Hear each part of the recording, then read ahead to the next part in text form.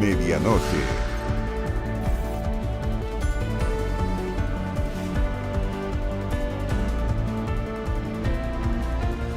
En prisión preventiva quedó Jeremy Rodríguez Carballo, de 24 años, hasta ahora el único imputado por el homicidio del suboficial mayor de Carabineros, Carlos Ratamal, quien murió tras recibir un golpe en la cabeza. Según Fiscalía, el presunto homicida participaba en una carrera clandestina, usando un vehículo que fue robado el 23 de octubre del año pasado.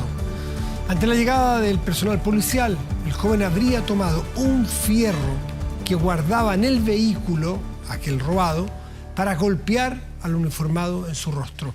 Así lo afirmaron testigos que prestaron declaración en la causa. Frente a estos antecedentes, Rodríguez Carballo enfrentó 4 cargos: participación en carreras clandestinas con resultado de muerte, receptación de vehículo motorizado, homicidio de carabinero en servicio y no dar cuenta a la autoridad ni dar auxilio a la víctima. Tras escuchar los argumentos de la defensa y el Ministerio Público, el juez Felipe Contreras acogió la petición de prisión preventiva solicitada por la Fiscalía. Cuando el día termina, comienza medianoche. Medianoche. Y nos dicen que hoy jueves hubo conversaciones, las vimos, nos habían contado que había conversaciones y vaya que nos enteramos de las conversaciones constitucionales, al menos esa era la chapa, esa conversación. Yo no sé si alcanzó a ver, yo lo que escuché más fueron griteríos, tironeos, agresiones, o sea, de diálogo. Si eso es el diálogo, muchas gracias, paso. Eso de diálogo, lo que vimos es muy poco, de violencia, de agresión, de intolerancia. Quizás eso es lo que no deberíamos querer para una constitución. Mañana hay una conversación formal de los representantes de los distintos grupos, partidos, que sí están invitados y están citados a dialogar, a conversar, a avanzar. Una de las personas que va a estar allí es Paulina Bodonovich, presidenta del Partido Socialista. Paulina, gracias por estar aquí. Muy buenas noches. Buenas noches, Matías. Déjeme saber su opinión sobre lo que vimos hoy día. Primero, ¿qué hace Pancho Malo y compañía sentados en una mesa para dialogar? Gente que más bien demuestra, cada vez que lo vemos, todo lo contrario. Y después estos tironeos queriendo sacar a un diputado. Bueno, creo que finalmente lo que se buscó con la invitación a este señor produjo el resultado querido por quien lo invitó, que es el senador Juan Castro, de Maule. La verdad es que la mesa de conversaciones funcionó. La mesa verdadera, digamos, la mesa oficial, funcionó por toda la mañana sin ningún tipo de inconvenientes ni contratiempo, pero lamentablemente Pancho Muñoz, porque en realidad yo creo que Francisco Muñoz es su nombre, sí. Yo creo que esta chapa que tiene y este personaje que él ha construido es muy nocivo, y que nosotros no tenemos que validar la violencia de ninguna forma. Tú estabas hablando de la muerte tan lamentable del sargento Retamal, en un acto de violencia a un funcionario público en actividad, en un control. Bueno, hay violencia política, hay violencia de género y ninguna violencia puede ser permitida. Y yo creo que lo que hoy día se hizo fue precisamente un show que tenía este fin, que todo el mundo, incluido tú, creyeran que el diálogo fracasó, que no hay trabajo serio. Yo digo que el diálogo silencioso, responsable, funcione. Mañana entiendo Claro, reunión. pero hoy día hubo reunión. Sí, yo no creo. Entonces, por eso te digo, quedó la imagen, la única imagen de este día es la de este señor y del diputado Gaspar Rivas a tirones con una mujer. Bueno, todo muy lamentable. Entonces, lo que yo creo que aquí es responsabilidad de un senador de la República que invita a una persona que tiene antecedentes delictuales, que además permanentemente nos somete a hostigamiento a todos quienes asistimos al Congreso, a las reuniones, porque tiene parado un piquete de gente en la puerta. Él, recordemos que era Barra Brava, donde también protagonizó incidentes y cometió delitos. Entonces, la verdad es que no se pueden naturalizar estas cosas. Y cuando en la convención había funas, había este tipo de actos, todos salimos a condenarlo. Entonces, ¿por qué hoy día un senador de derecha, que dicen siempre estar en contra de la violencia, como lo estoy yo también, por qué no solo no condena el hecho, invita a este señor como parte de la sociedad civil? Entonces, un poquito burlarse del trabajo serio que hemos hecho, quienes hemos estado trabajando por harto tiempo, es burlarse de la ciudadanía y es darle tribuna a una persona que no me la merece. Vamos a lo serio, a los avances, aparentemente en los principios, ¿no es cierto?, que es la carne. que es la médula de lo que debe requerir contenidos, porque después son procedimientos, plazos, en fin, que son importantes. En la médula, ¿está todo acordado ya o faltan flecos por abrochar? Mira, la Constitución y lo que nosotros estamos buscando es construir un acuerdo para que exista un nuevo proceso democrático participativo, que construya una nueva Constitución, no una Constitución hecha a la rápida o no hecha con la rigurosidad que requiere este instrumento, que es un pacto social. Es una Constitución que se define que no es de izquierda, no es de derecha, es una Constitución neutral, como diente el vicepresidente de la Cámara, claro, de la Convención. Lo que pasa es que eso era antes, es ahora y debiera ser siempre. Lamentablemente no se entendió así por la Convención y por los convencionales. Entonces creo que esto es una definición que debe ser así, porque la Constitución es un marco, es una regulación jurídica para que funcione un país. Paulina, ¿y está encaminado el acuerdo en los contenidos? En las bases, en las bases, que son los principios que creemos que debe contener una nueva Constitución, no porque lo creamos quienes estamos ahí sentados, porque nosotros estamos representando ciudadanía, estamos representando gente, y sobre todo porque esto tiene que pasar por el Congreso. Y el Parlamento es el que va a validar este acuerdo para poder hacer una reforma constitucional. En definitiva, nosotros lo que estamos haciendo es escribir el proyecto de reforma constitucional. Por supuesto. Y en eso tenemos acuerdo en 12 principios que dicen que el Estado de Chile es una república democrática, que es un Estado unitario, que no es divisible, sin perjuicio de la descentralización, por supuesto, pero desde el punto de vista de la forma del Estado no es un Estado federal.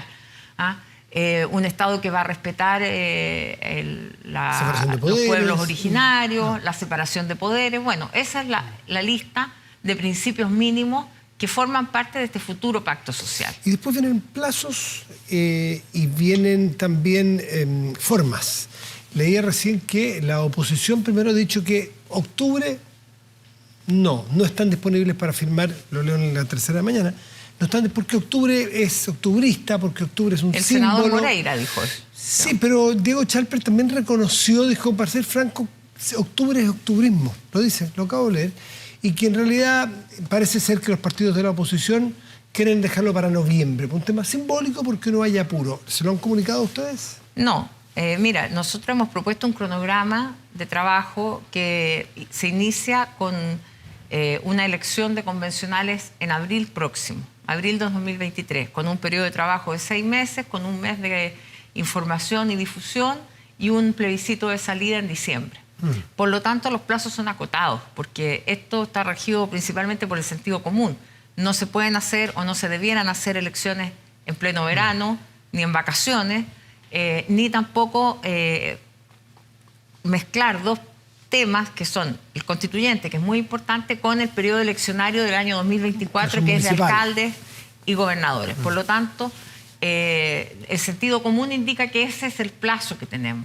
Y para que eso sea posible, necesitamos tramitar esta reforma constitucional durante noviembre para que se apruebe y en diciembre ya el CERVEL pueda empezar a trabajar dentro de este plazo que ha fijado en 145 días, que pueden ser 120, pero que de todas maneras son 3 meses para preparar una elección de convencional. Si pasa octubre, ¿usted cree que fracasan en la salida de diciembre? ¿Fracasan los plazos o hay? Yo creo que hay espacio, que sí tenemos que ponerle un poquito más de presión al trabajo. A mí, yo he pedido que las reuniones las hagamos no cada 4 días, sino que un poquito más... Más frecuencia. Y que conformemos equipos, si no tienen para qué ser siempre las mismas personas. Yo entiendo que están los parlamentarios ocupados en sus funciones en el Congreso, eso dificulta el avance de las conversaciones o de las mesas, pero nos podemos ir rotando como lo hemos hecho hasta ahora. No siempre es la misma persona que representa cada institución. Por lo tanto, creo que le podemos dar un poquito más de velocidad y sacar un acuerdo. No importa que si lo quieren firmar en noviembre, firmémoslo en noviembre. Si es por simbolismo. De todos, no tienen problema ustedes con ese simbolismo. Que lo firmemos antes del 15 de noviembre. Ya. Ese sería mi... De todos esos plazos que ha puesto de que para abril, que entregar el CERVEL en diciembre, para que esté en abril, para que haya 6 meses, un mes y salir en diciembre. Cuando conversa usted con UDI, Renovación Nacional, la oposición, ¿están cerca? Mira, no, formalmente no han dado respuesta a esto. Ya. Entonces, esa es una de las cosas que yo creo que tenemos que tener respuesta, que digan, sí, mira, estamos disponibles para ese cronograma, porque eso ya nos da cierta certeza. En segundo lugar, nosotros hemos propuesto una convención electa, con paridad, con participación de pueblos originarios en condiciones distintas que la anterior, con el padrón de la CONADI, sí, que es un padrón más reducido. No es por el porcentaje de las personas que figuraban en el último censo, como fue la vez anterior, que daba un 12% aproximadamente, y que finalmente terminó en 17 escaños, que es más del 12%. ¿Ustedes creen que lo idóneo sería qué porcentaje de la convención? Es que la CONADI, según el padrón de CONADI, entiendo que el porcentaje sería del 7%. Por lo tanto, en un universo de 100 serían 100. Por supuesto. No tenemos todavía entregada la propuesta por parte nuestra del sistema electoral, porque también estamos esperando para ver cuál es la disposición y qué es lo que vamos a elegir. No podemos elaborar un sistema electoral sin saber si tenemos acuerdo en que la convención sea 100% electa. Eso es lo que quería. O hay más acuerdo en que sea mitad electa y mitad expertos, como ha insinuado la derecha. ¿Y ustedes también se abren a esa posibilidad? He leído que el socialismo democrático estaría pensando en eso justamente, de que sea una parte electa y una parte de expertos. Yo creo que nosotros lo que buscamos es una nueva constitución, construida en democracia, a diferencia de la constitución que nos rige, que fue hecha en una dictadura y que no tuvo un proceso de difusión, de discusión, ni de aprobación ciudadana, porque ese plebiscito fue un plebiscito fraudulento. Y no había ni partidos políticos, ni registro. Y no había registros electorales, le cortaban el carnet a la gente. Lo recuerdo, perfecto. Entonces, nosotros lo que queremos es una nueva constitución para salvar también el tema de que nuestra constitución que nos rige hoy no tiene un origen democrático, pero sobre todo para que sea una constitución de este siglo, que aborde las problemáticas de ahora. Origen democrático y contenidos adecuados. Claro. Entonces, ese es el fin. El cómo lo logremos es importante, sí, en la medida que la representación de quienes preparen o elaboren esto sea democrática. Por lo tanto, nos tenemos que abrir a distintas fórmulas, porque lo importante... No se cierran a la división de expertos y elegidos, o al menos una parte, ¿no? Lo que pasa es que, mira, si yo me pongo en una posición de intransigencia y digo, si no es así, no vamos a suscribir el acuerdo, bueno, los otros también se atrincheran en su posición y cada uno termina enamorado de sus propias ideas. Y de esa forma no se puede avanzar cuando tú tienes un Congreso que está dividido mitad y mitad. Aquí no hay mayorías. Nadie tiene la mayoría del Congreso y, por lo tanto, si nosotros queremos una reforma constitucional, tenemos que tener un acuerdo. Si no tenemos un acuerdo, vamos a elaborar un proyecto de reforma constitucional y presentarlo a ese mismo Congreso, porque esa es la otra salida. Por supuesto. Y por último, Paulina Bodanovich, ¿ustedes qué tienen en la cabeza respecto del plebiscito de salida? Porque se ha planteado que se necesita, por ejemplo, 2/3 o más del 50% para el de salida, cuando ya esté el nuevo texto constitucional. ¿Ustedes tienen algo en la cabeza? ¿Han discutido algo? ¿O creen que 50 más 1 basta? Mira, no lo hemos discutido, no hay un acuerdo, digamos, o sea, son cosas que se discuten, pero creo que si hay un proceso que sea suficientemente prolijo, por decirlo de alguna manera, el 50% estaría bien. Ahora, si se quiere aumentar, yo creo que tampoco es malo. No quiero dar ninguna respuesta que sea taxativa, porque como estamos en conversaciones aún, y también cada uno de los partidos, nosotros consultamos con nuestras mesas respectivas y todo, entonces son temas que están en desarrollo. Pero sí lo que te quiero manifestar, Matías, es que la imagen de hoy no corresponde a la realidad. Eso ocurrió en una mesa paralela que se ha levantado como para poder obstaculizar el proceso constituyente, yo creo que derechamente para boicotearlo, y nosotros no vamos a permitir ese boicot. Por eso a mí me interesa aclarar que esa fue una acción de un senador independiente de la bancada de Renovación Nacional que invita a este señor, que hacen todo este show, invitación que fue rechazada por todas las bancadas del Senado y por una declaración suscrita por el presidente del Senado y el presidente de la Cámara de Diputados que repudian esto. Entonces yo creo que las instituciones hay que cuidarlas. Y los más obligados a cuidar las instituciones son los propios partícipes. Por lo tanto, que un senador haga eso me parece no solo una falta de criterio, sino que un insulto a la ciudadanía y al propio Congreso. Paulina Bodanovich, presidenta del Partido Socialista, bueno, que le resulte, que se avance mañana, que sea una buena reunión, porque dicen que es muy trascendental mañana viernes. Vamos a avanzar y yo creo que vamos a tener un acuerdo y lo fundamental que vamos a tener una nueva constitución. En paralelo se trabaja a todas las otras tareas en el Congreso, en el gobierno, cada uno trabajando en lo suyo. Muchas Paulina. gracias, Matías. Buenas noches. Pausa y volvemos, espérenos. Estamos de vuelta, de inmediato revisamos las informaciones más destacadas de hoy con David Maldonado. Muchas gracias, Matías. Nosotros vamos con el bloque informativo. Los melipillanos se volcaron a las calles para despedir al carabinero asesinado luego de realizar una fiscalización en una carrera clandestina. El padre del sargento Retamal pidió mayor acción a las autoridades para así ayudar a una sociedad que definió como enferma. Hace 4 días, el sargento segundo Carlos Rodrigo Retamal Jaque concurrió al último llamado policial. Ofrendó su vida en un fin de semana largo fiscalizando las carreteras. Murió en el cumplimiento del deber y eso lo agradece una comunidad que hoy está dolida. En Melipilla lloran la muerte de este carabinero.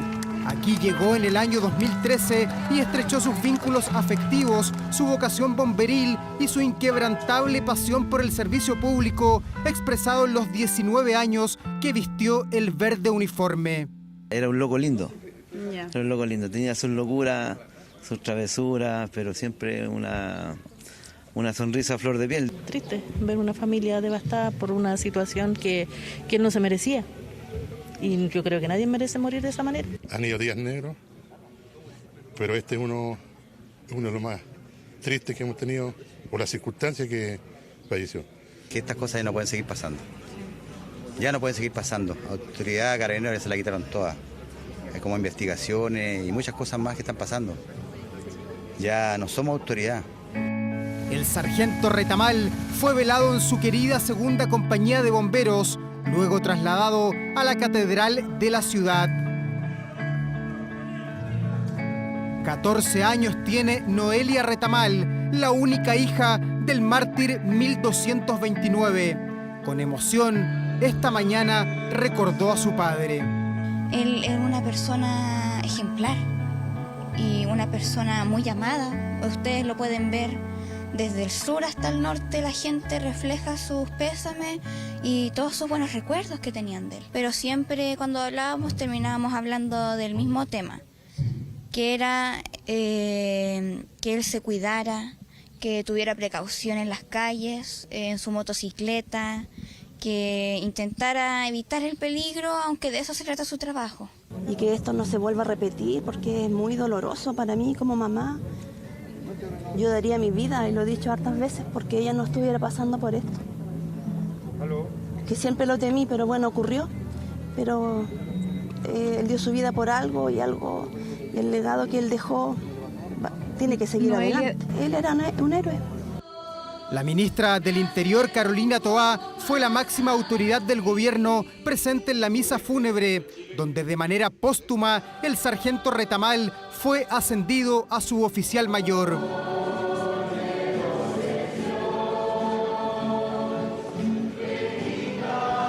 A este padre lo reconforta el que su hijo murió sirviendo al país, pero le preocupa el resto de los carabineros que todos los días están en las calles. Este es un tema de una sociedad que hoy día está enferma. Hoy día tenemos un problema de violencia tremendo. Somos presos de grupos. El país somos más de 20 millones de chilenos, de gente buena, de gente linda, de gente preciosa. Pero tenemos grupos que nos tienen acorralados nuestras policías. Yo he sentido mucho respaldo de carabineros y de bomberos. Carabineros de Chile y bomberos de Chile. Créame que del gobierno, vi a la ministra el día que yo llegué al hospital. Posteriormente, como familia también hemos pedido que se mantengan un poco al margen. Soy el sargento segundo Carlos Retamal de la Prefectura de Tránsito de San Antonio. Bombero, motorista, carabinero, amante de los animales, padre, hijo y esposo. La lista es larga porque los 41 años de este chileno fueron fructíferos. Un carabinero, un funcionario del Estado que hasta el último día cumplió con su juramento y entregó su vida para proteger a la comunidad. Una triste noticia, nosotros pasamos a otro tema. Un ataque incendiario destruyó la casa del fondo de la ex consejera regional de la Araucanía, Carmen Phillips, quien fue amenazada por encapuchados. La agricultora se rehúsa a abandonar las tierras que heredó de sus padres, dos emblemáticos dirigentes del Partido Nacional. Durante la dictadura militar, el gobierno en tanto exigió sanciones ejemplares contra los autores. 2:30 de la madrugada y solo algunos ruidos anticiparon el despertar de Carmen Philip Sáez y su asesora del hogar en la casona patronal del fondo que tiene su familia en Perquenco. Desperté, un segundo, estaba encañonada con un foco en la cara, me hicieron levantarme, me encañonaron, me llevaron hacia un dormitorio donde estaba mi jefa. Por ahí salimos hacia el árbol y ahí nos hicieron sentar mientras ellos prendían fuego a la casa y a la camioneta, al tractor y al estanque de combustible. ¿Qué armas portaban ellos? 9 milímetros, metralleta y fusiles. ¿Qué le decían a usted? Que les entregara las armas. Yo no tengo armas, solamente mi valentía. De voz firme no duda en recordar los momentos vividos en esta casa de piso de Araucaria. Quizás por eso, señalan, permaneció ardiendo toda la noche y el día. Esta casa tiene 80 años. La construyó mi padre cuando se casó con mi mamá. El año... hace 80 años atrás. Muchos recuerdos. Hartos recuerdos, pero los recuerdos se mantienen en el cerebro. Esto es material. A mí lo que me importa es el futuro que viene. Hay desolación, destrucción. Y me duele el futuro de mi país, de mi región. Eso es lo que me duele. Esto es material. Pero ¿cómo vamos a dar? ¿Qué le vamos a dar a nuestra juventud, a mis nietos? ¿Qué le voy a ofrecer yo? ¿Qué le va a ofrecer mi país a la gente joven? Otros eran los tiempos cuando su padre Patricio Phillips y su esposa Carmen Sáenz lideraban el Partido Nacional en medio de la dictadura militar. Si somos un país con tradición democrática y lo estamos demostrando. Yo digo lo vamos a hacer y espero que lo sigamos demostrando. Tiempos de acuerdos históricos en esta casona, recuerda la hija del ex senador, mientras esquiva el trabajo de los bomberos. Aquí estamos en el fondo Calatayud. Estos eran unos garages donde estaban unas motos, elementos de trabajo, motosierra, azaones, picota, todos los elementos que se usan cuando uno es agricultora y tiene gente que trabaja. Don Jorge Alessandri Rodríguez pasó a alojar aquí para su campaña presidencial. Mi padre, que fue político, pasaron aquí gente de izquierda y gente de derecha a alojar y a reunirse. Cuando estaba en el gobierno militar, mi padre fue el primero que juntó a la izquierda y a la derecha para hablar el acuerdo nacional. O sea que hay toda una tradición de gente que se la jugó por el país. Mi abuelo, mi padre y mi madre, ahí se gestó. Y todo eso está destruido, ¿por qué? Por una manga de 10, 8 encapuchados que vinieron a destruir solamente. La Fiscalía indaga esta pancarta de la autodenominada Liberación Nacional Mapuche. Se reivindica la libertad de 2 imputados asociados a causas graves de homicidio en contra de carabineros. Se cuestiona el estado de excepción precisamente por la falta de militares. Muy poco presencia militar. ¿Quisieran que eso aumentara a su juicio, alcalde? Debiera ser, pues que los hechos lo están dando la razón. No necesitamos un estado de excepción acotado, lo que necesitamos es que hoy día se generen las herramientas para poder generar una buena investigación. Afortunadamente no tenemos víctimas que lamentar, pero perfectamente pudimos haberlas tenido. Por lo tanto, son de esos casos en que corresponde reforzar el esfuerzo investigativo en búsqueda de los responsables. Detrás de esto hay crimen organizado, detrás de esto hay armas, detrás de esto hay otro tipo de delitos que tenemos que perseguir. Ya veremos si se ubican las pistas que permitan dar con aquellos que en vano, dice la afectada, intentaron amedrentarla en las tierras que heredó de su familia. De esto tengo que sacar fuerza. Y seguir acá, dice usted. ¿Y seguir acá? Voy a seguir acá.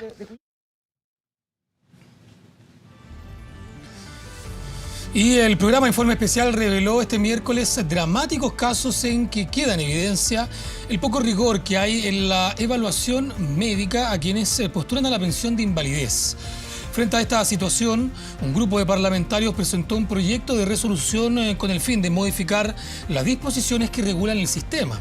Una de las situaciones que buscan corregir es el hecho que entre quienes integran la Comisión Técnica Central de Invalidez están las AFPs y las compañías de seguros.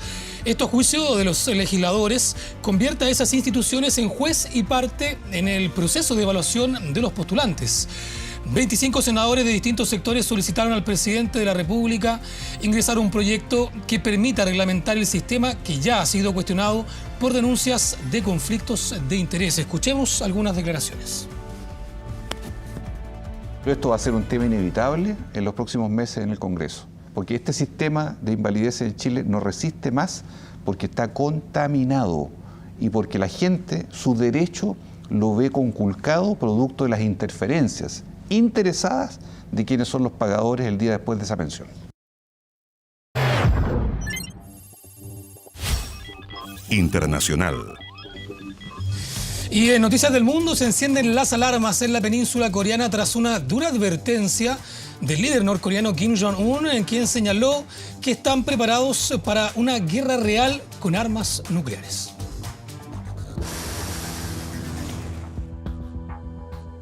Lanzamientos que se han vuelto una constante en la península coreana y que alertan a la comunidad internacional. Sin embargo, este jueves el líder norcoreano Kim Jong-un decidió llevar el conflicto a un nuevo y preocupante nivel.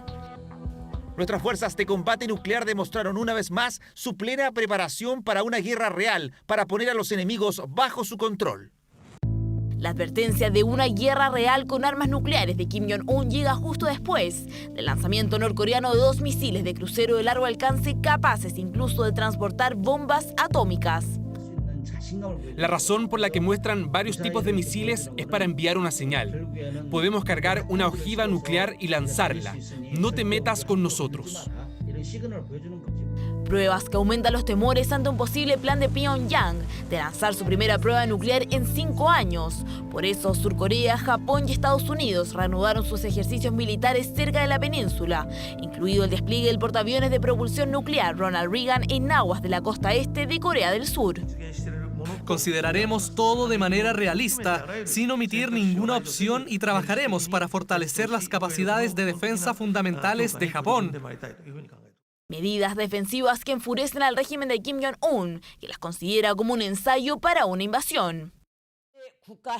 Los ejercicios militares se llevaron a cabo en medio de peligrosos ensayos en curso organizados por fuerzas navales combinadas a gran escala, incluido el portaaviones estadounidense. Una amenaza que hoy es una realidad, después de que Kim Jong-un prometiera desarrollar las fuerzas atómicas de su país a la mayor velocidad posible, además de asegurar que la transformación de Corea del Norte en una potencia nuclear era irreversible. Declaraciones que la comunidad internacional mira con preocupación, incluyendo a China, el principal aliado de Norcorea. Seguimos comprometidos con el mantenimiento de la paz y la estabilidad, con la realización de la desnuclearización de la península. En lo que va del año, Corea del Norte ya ha realizado 26 lanzamientos de misiles balísticos, uno de los cuales incluso sobrevoló Japón. Una escalada que pone al este de Asia como uno de los mayores focos de tensión en el planeta.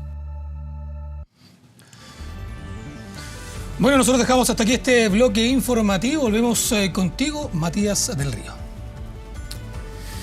Muchas gracias, David. Y vamos a la pantalla grande de nuestro estudio. Vamos, y ahí revisamos contenidos y noticias de nuestro portal 24horas.cl, que en este momento destaca la siguiente información. Mañana TVN transmitirá un especial maravilloso. Milagro, 50 años después, hoy 13 o ayer 13 de octubre, se cumplieron 50 años de la tragedia de los Andes, de este grupo de rugbyistas deportistas uruguayos que estuvieron 72 días en la cordillera. Sobrevivieron 16 de 45 aproximadamente personas que viajaban en ese avión. Una historia de una proeza de sobrevivencia como no ha habido otra probablemente en la historia, registrada al menos. Bueno, TVN ha hecho un trabajo de documental maravilloso porque, primero, con entrevista a protagonistas del rescate, una vez de la sobrevivencia, de los propios sobrevivientes que cayeron, pero además va a rescatar el trabajo desde hace 50 años, cuando TVN protagonizó la cobertura periodística de ese accidente. Así es que imperdible mañana, después de las noticias centrales, para sentarse a ver este documental muy bien realizado, que dura aproximadamente 1 hora, está largo, profundo, completo, imperdible. TVN mañana transmite entonces el especial del accidente. Revisamos el tiempo para hoy.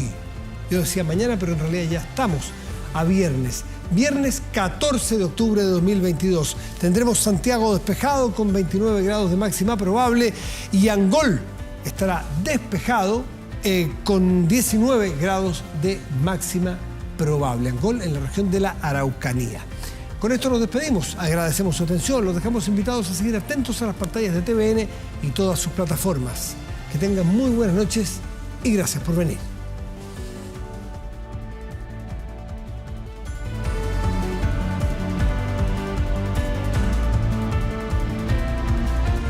Hemos presentado Medianoche.